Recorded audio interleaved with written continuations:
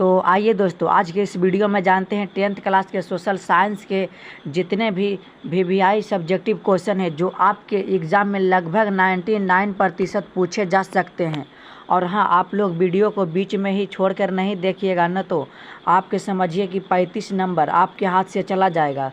तो आइए इसे बेहतरीन तरीका समझते हैं। और हाँ, आप लोग ध्यान से समझिएगा। तो हमारा पहला प्रश्न क्या है, औद्योगिकरण से आप क्या समझते हैं? तो आइए इसे बेहतरीन तरीका समझते हैं। औद्योगिकरण उस औद्योगिक को कहते हैं जिसमें वस्तुओं का उत्पादन मानव के द्वारा नहीं होता है बल्कि मशीनों के द्वारा होता है।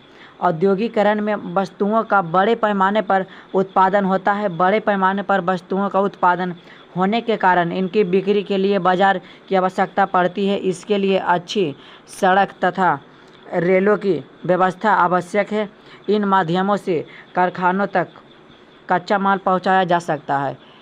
इसे किस तरह याद रखना है? तो इसमें सिर्फ याद रखना है औद्योगिकरण किसे कहते हैं। तो औद्योगिकरण में वस्तुओं का उत्पादन मानव के द्वारा नहीं होता बल्कि मशीनों के द्वारा इसमें वस्तुओं का उत्पादन होता है, जिसमें बड़े पैमाने पर उत्पादन होता है। बड़े पैमाने पर उत्पादन होने के कारण इनकी बिक्री के लिए बाजार की आवश्यकता पड़ती है, रेलों की आवश्यकता पड़ती है, सड़क की और गाड़ी मोटर की भी आवश्यकता पड़ती है। तो आई होप कि इस प्रश्न को आप लोग बेहतरीन तरीका समझ लिए होंगे। तो आइए अगला प्रश्न को समझते हैं। हमारा अगला प्रश्न क्या है, दल बदल कानून क्या है? तो आइए इसे समझते हैं। यदि कोई सांसद या विधायक उस दल से अपना विच्छेद करता है जिसके टिकट पर वह विधायक में निर्वाचित हुआ है और दूसरा दल में जाता है, इसे ही दल बदल कानून कहते हैं। तो आइए इसी तरह अगला प्रश्न को समझते हैं। तो हमारा अगला प्रश्न है हरित क्रांति। तो इसे ध्यान से समझिए आप लोग, हरित क्रांति से आप क्या समझते हैं? तो आइए इसे समझते हैं। हरित क्रांति किसानों के 1966 से 1967 में चलाया गया।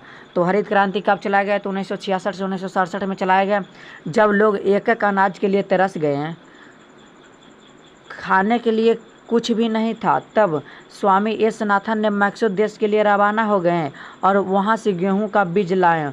उस बीज से काफ़ी ज़्यादा अनाज उपजने लगा और इस भूखमरी से किसानों को छुटकारा मिल गया।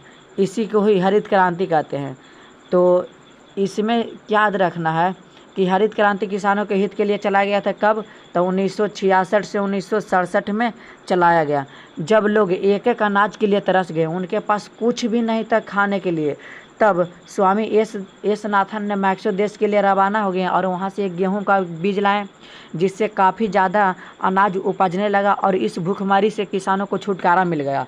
तो आई होप कि प्रश्न को भी आप लोग बेहतरीन तरीका से समझ लिए होंगे। तो आइए हमारा उसी तरह अगला प्रश्न क्या है। तो हमारा अगला प्रश्न है वस्तु विनिमय किसे कहते हैं, यानी कि क्या है? तो जिस विनिमय के अंतर्गत वस्तु का लेन देन होता है उसे ही वस्तु विनिमय कहते हैं। तो आइए इसी तरह हमारा अगला प्रश्न क्या है। तो हमारा अगला प्रश्न है क्रेडिट कार्ड से आप क्या समझते हैं? तो आइए इसे समझते हैं। यह एक प्लास्टिक कार्ड होता है जो किसी बैंक के द्वारा अपने कुछ खास ग्राहकों का दिया जाता है। ग्राहकों इस कार्ड की मदद से खाते राशि नहीं होने के बावजूद भी एक निश्चित सीमा तक इस कार्ड से वस्तु या सेवा का लाभ ले सकते हैं। तो आइए इसी तरह हमारा अगला प्रश्न क्या है। तो हमारा अगला प्रश्न है राजनीतिक दल को लोकतंत्र का प्राण क्यों कहा जाता है? तो आइए इसे समझते हैं। राजनीतिक दल को लोकतंत्र का प्राण इसलिए कहा जाता है क्योंकि लोकतंत्र में सरकार को जनता के द्वारा चुने गए प्रतिनिधियों द्वारा चलाया जाता है। यह प्रतिनिधि किसी न किसी राजनीतिक दल के सदस्य होते हैं। जनता भी किसी न किसी राजनीतिक दल पर विश्वास करता है और नीतियों एवं विचारों पर समर्थन भी करते हैं। यदि राजनीतिक दल नहीं हो तो लोकतंत्र के अंतर्गत प्रतिनिधित्व सरकार का निर्माण करना संभव नहीं है। जनता की समस्याओं को भी सुनने वाला कोई भी नहीं होगा। तो इसे आप लोग अगला प्रश्न है आपदा प्रबंधन से है। तो भूकंप और सुनामी में अंतर। तो पृथ्वी को अचानक थरथराने या कांपने को ही भूकंप कहते हैं और सागरीय जल से गुजरने वाली भूकंपीय द्वारा ऊंची एवं भयंकर सागरीय तरंगों की उत्पत्ति होती है, इसे ही सुनामी कहते हैं। तो ये सब जितना भी प्रश्न बताए हैं ये आपके परीक्षा में 99% आएगा, ये हमारा वादा है।